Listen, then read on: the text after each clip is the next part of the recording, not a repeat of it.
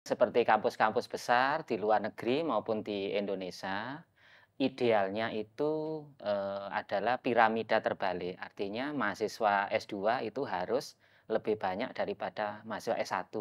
Kami menerima ya, S2 Pendidikan Fisika di Indonesia ini lulusan S1 Pendidikan Fisika dan ya, dannya tadi ya, dan S1 Lainnya lainnya serumpun. yang serumpun. Nah, rumpun filsafat itu ada mata kuliah etnofisika. Itu salah satunya ya mengkaji kearifan lokal dalam bingkai fisika. Nah, kemarin tahun 2024 akhir itu di Academic Leader saya pribadi itu juga mengangkat etnofisika ini dan dapat apresiasi dari kementerian. Kami memiliki profesor maupun doktor lulusan dalam negeri maupun luar negeri ya. Ada yang lulusan Taiwan, ada yang lulusan Australia kan gitu ya. Nah, ada yang lulusan Prancis kan gitu kan. Nah, jumlah guru besarnya yang support di S2 Pendidikan Fisika itu 8. Dengan modalitas yang kita punya, baik itu sarana maupun SDM, kita akan menghadirkan mata kuliah atau kurikulum yang berbeda, yang memiliki ciri khas, yang insya Allah mengantarkan Anda semua menjadi sukses.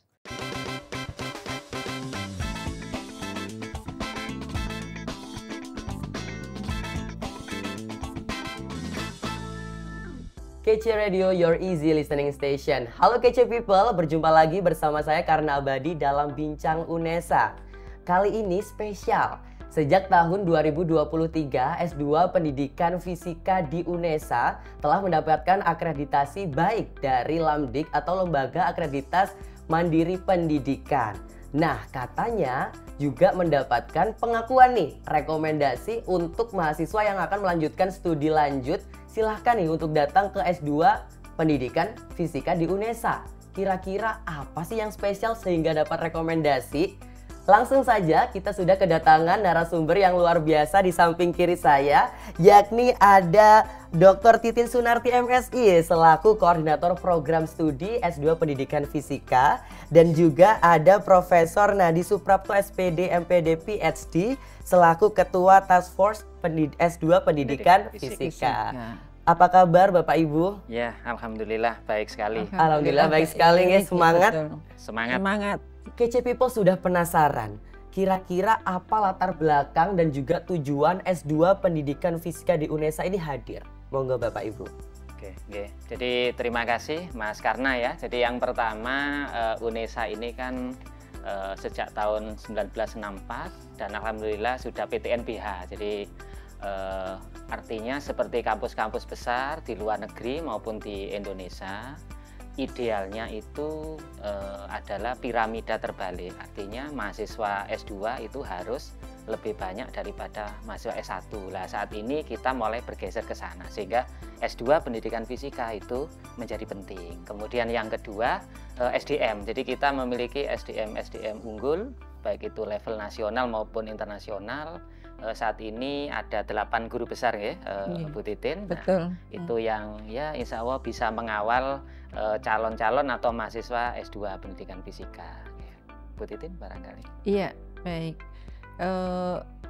Tadi sudah disampaikan ya, SDM unggul itu ya, memang mendapatkan pengakuan yang real dari masyarakat, juga dari lembaga-lembaga pendidikan tinggi yang bahwa antara lain salah satunya juga yang hadir di sini Profesor Nadi yang kita tahu semua ya memiliki komitmen ya di bidang pendidikan, terutama bidang pendidikan fisika yang kemarin juga menjadi top leader bidang pendidikan nasional ya, yang itu siap mengawal S2 Pendidikan Fisika. Baik.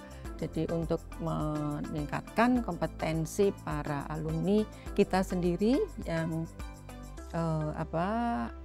kebanyakan sebelumnya itu memilih atau mengambil S2 Pendidikan Fisika di perguruan tinggi lainnya. Nah, sedangkan kita kan memiliki SDM yang unggul luar biasa ya. Jadi kita kawal lagi di S2 sehingga nanti mendapatkan program merupakan gelar Master Pendidikan Fisika yang tentu saja juga akan unggul gitu di bidangnya dibandingkan dengan lulusan yang lain gitu. Jadi baik Bapak Ibu, tadi itu. udah unggul nih. Yeah. Nah, kemudian apa sih keunikan dari program studi S2 Pendidikan Fisika di UNESA? Apakah ada yang membedakan dengan instansi lain? Monggo Bapak Ibu. Oke, betul sekali. Jadi kita memiliki 4 rumpun bidang keahlian yang ya bisa jadi ada yang sama dan ada yang berbeda dengan perguruan tinggi di seluruh Indonesia. Jadi yang pertama adalah filsafat dan kurikulum pendidikan fisika. Kemudian yang kedua adalah inovasi pembelajaran fisika. Kemudian yang ketiga adalah media pembelajaran fisika. Dan keempat adalah asesmen pembelajaran fisika.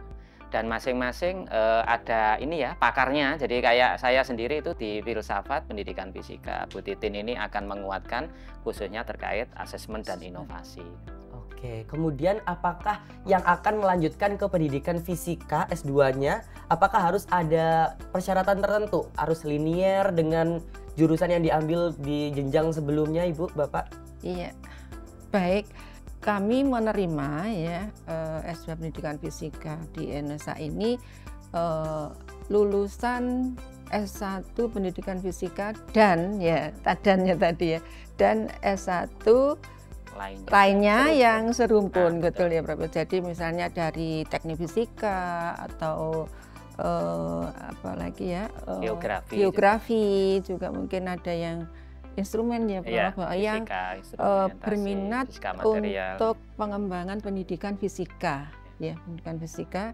Jadi kami menerima itu. Jadi tidak hanya S1 pendidikan fisika. Dan selama ini sudah ada beberapa mahasiswa yang berasal dari S1 fisika, baik itu dari UNESA maupun dari perguruan tinggi lain yang masuk dan ternyata juga bisa mengikuti dengan baik ya di S2 Pendidikan Fisika ini. Baik, jadi Kece People harus linier. Nah, ngomong-ngomong soal perkuliahan Bapak, apa saja mata kuliahnya? Mungkin mata kuliah unggulannya Bapak boleh disampaikan ke Kece People. Iya. Jadi kita desain kurikulumnya itu terbagi menjadi 4 kategori gitu ya. Jadi yang pertama itu ada mata kuliah institusi mengikuti yang ada di UNESA, kemudian ada mata kuliah spesialisasi wajib, ada spesialisasi pilihan, dan mata kuliah tugas akhir. Nah, saya akan menyampaikan mata kuliah unggulan ya. Misalnya salah satunya itu di rumpun filsafat itu ada mata kuliah etnofisika. Itu salah satunya ya mengkaji kearifan lokal dalam bingkai fisika. Nah, kemarin tahun 2024 akhir itu di Academic Leader saya pribadi itu juga mengangkat etnofisika ini dan dapat apresiasi dari kementerian. Kalau yang bidangnya Bu Titin ya terkait asesmen juga. Baik, ya. Jadi kita juga mengikuti perkembangan ya. Jadi pengembangan instrumen berbasis digital ya. Digital juga di media itu kemarin Pak Nadi juga mengembangkan itu ya untuk etnofisika terkait dengan AI untuk etnofisika. Jadi ini menjadi mata kuliah yang juga banyak diminati oleh mahasiswa kami yang sudah peminatnya banyak juga ya, dan juga menarik Ibu. Menarik. Lalu untuk pelaksanaannya, apakah dilaksanakan online atau offline atau kombinasi dari keduanya?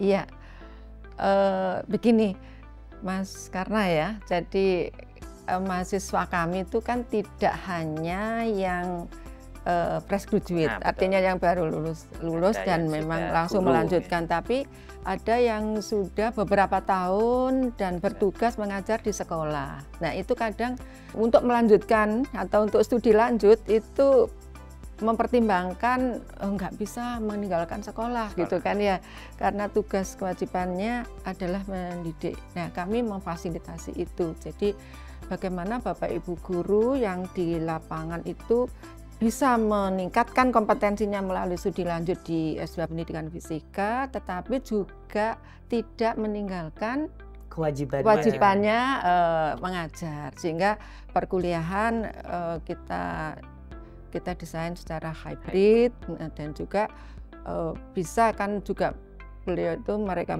bisa hadir di sini dengan cara luring. Baik, jadi kita Ibu juga menyediakan itu. Baik, jadi Kece People teman-teman semuanya bisa dilaksanakan secara hybrid. Nah, kita pindah topik Bapak Ibu. Bagaimana dengan beasiswa? Apakah ada beasiswa untuk S2 Pendidikan Fisika di UNESA? Iya, baik.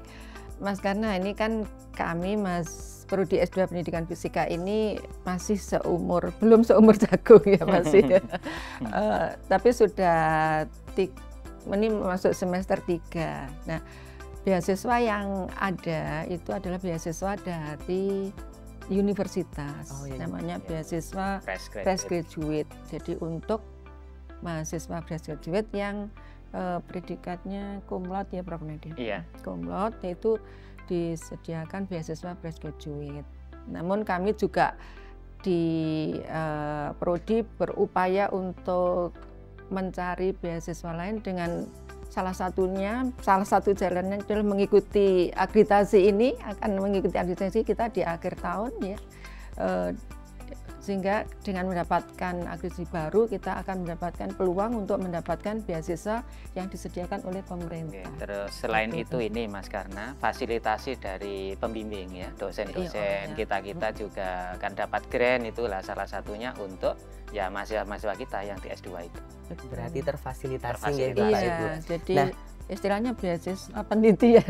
Oke, baik. Itu banyak perantaranya Prof Nadia, Pak Bin. Oke, ngomong-ngomong soal lulusannya nih Bapak Ibu, bagaimana dengan profil lulusan? Apakah ada konsentrasi keahlian tertentu? Ya, ada beberapa ini ya, konsentrasi. Jadi yang jelas satu pendidik itu bisa kembali lagi ke sekolah jadi guru atau jadi dosen, itu yang pertama. Kemudian yang kedua itu menjadi peneliti. Jadi kami memfasilitasi lulusan kami sebagai peneliti, kemudian bisa juga nanti sebagai konsultan. Nah, sekaligus sebagai praktisi pendidikan dan tentunya wirausahawan, karena di mata kuliah kita itu ada mata kuliah ecopreneurship, jadi kewirausahaan. Baik, tadi sudah di-spill sedikit di awal, SDM-nya unggul nih Bapak, jadi sudah tidak diragukan lagi nggih? Insya Allah. Insya Allah sudah mendapat pengakuan nasional maupun internasional. Siap. Regional, nasional, internasional. Oke, baik Ibu. Ngomong-ngomong soal masa studi itu berapa lama Bapak Ibu? Ini menarik ini masa studi.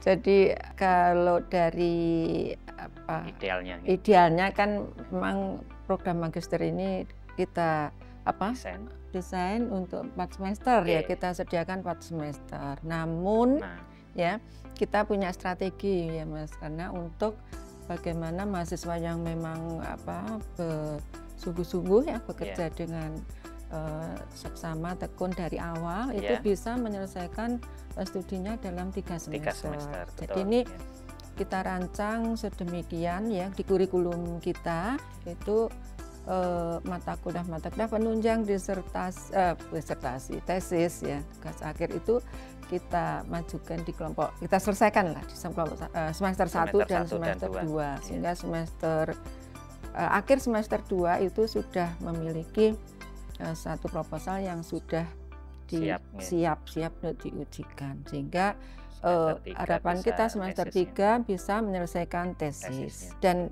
itu sudah terbukti ya, ada 4 mahasiswa yang sudah ujian proposal di semester akhir ya, di semester 2 dan di awal semester 3. Jadi sangat mungkin bagi mahasiswa yang ingin mungkin melanjutkan lagi S3, S2-nya nggak usah lama-lama 4 semester, apalagi nambah, itu bisa 3 semester kita rancang semikian. Baik, sehingga dengan rancangan yang baik.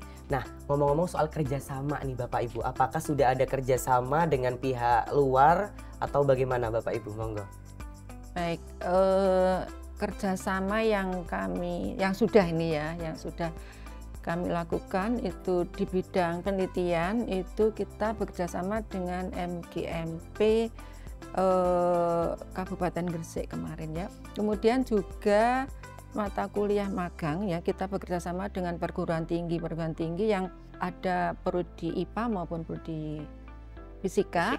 Yaitu di Stein Ponorogo, juga di Unisma Lamongan ya, Universitas Islam Lamongan, Unisla Lamongan, juga beberapa MGMP di Jawa Timur ini dalam upaya untuk pengabdian kepada masyarakat ya.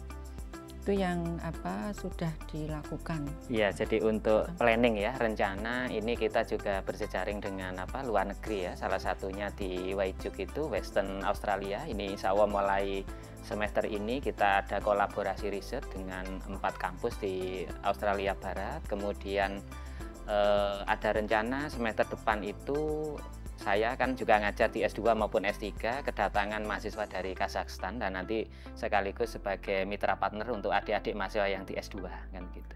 Baik, jadi baru 2 tahun, tahap kerjasamanya sudah luar biasa bahkan ke taraf internasional. Betul. Nah, kemudian saya penasaran dengan SDM yang ada di S2 Pendidikan Fisika juga fasilitasnya, Bapak. Betul. Boleh untuk dijelaskan kepada KC People? Iya, saya yang SDM nanti Bu Titin yang fasilitas. Boleh, silahkan. Jadi kami memiliki profesor maupun doktor lulusan dalam negeri maupun luar negeri ya. Ada yang lulusan Taiwan, ada yang lulusan Australia kan gitu ya. Nah, ada yang lulusan Prancis kan gitu kan.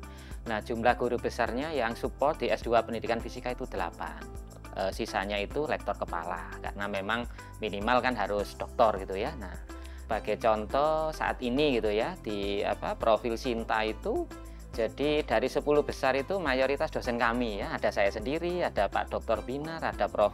Budi Jatmiko kan itu kan. Nah, dan seterusnya. Itu salah satu gambaran SDM di tempat kami.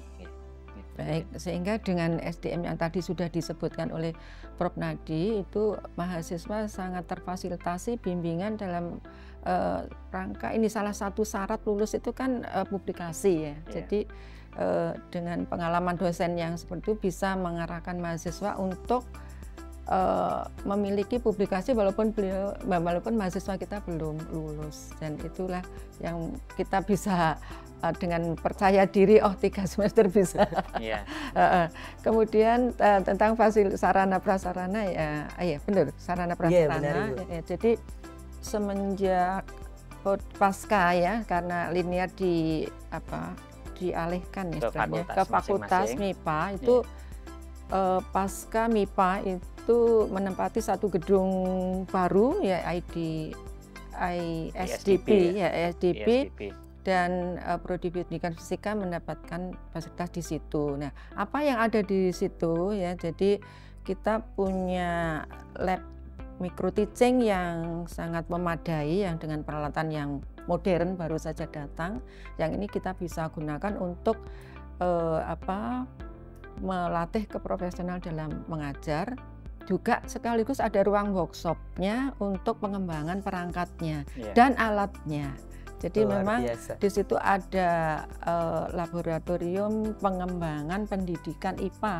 Jadi dulu dirancang sedemikian. Jadi pusat pengembangan pendidikan IPA dilengkap dengan peralatannya dan itu tadi yang saya sebutkan tadi. Nah, itu mahasiswa bisa menggunakan fasilitas itu untuk mengembangkan inovasi-inovasi pembelajarannya.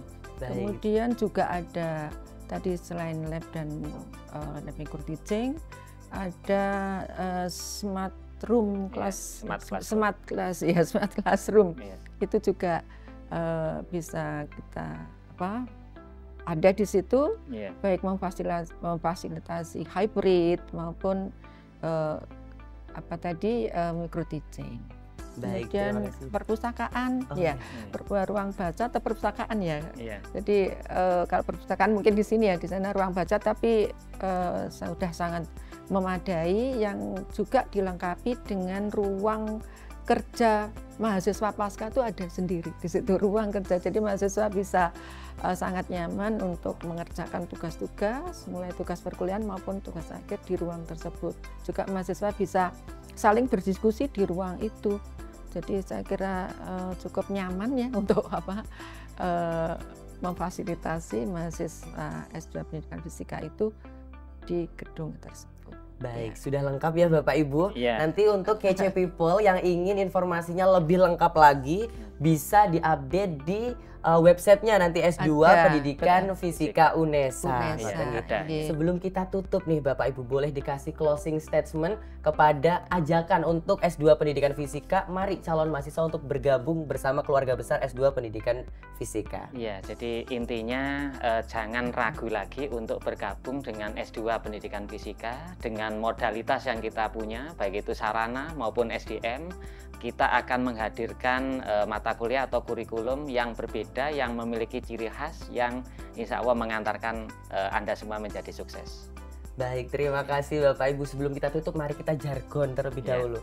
S2 Pendidikan Fisika, jargonnya Inovatif, inovatif, tangguh, tangguh, dan siap menjadi dan siap rujukan. menjadi Menjadi rujukan. Nanti rujukan. dilanjut ke UNESA ya Bapak Ibu. Oke.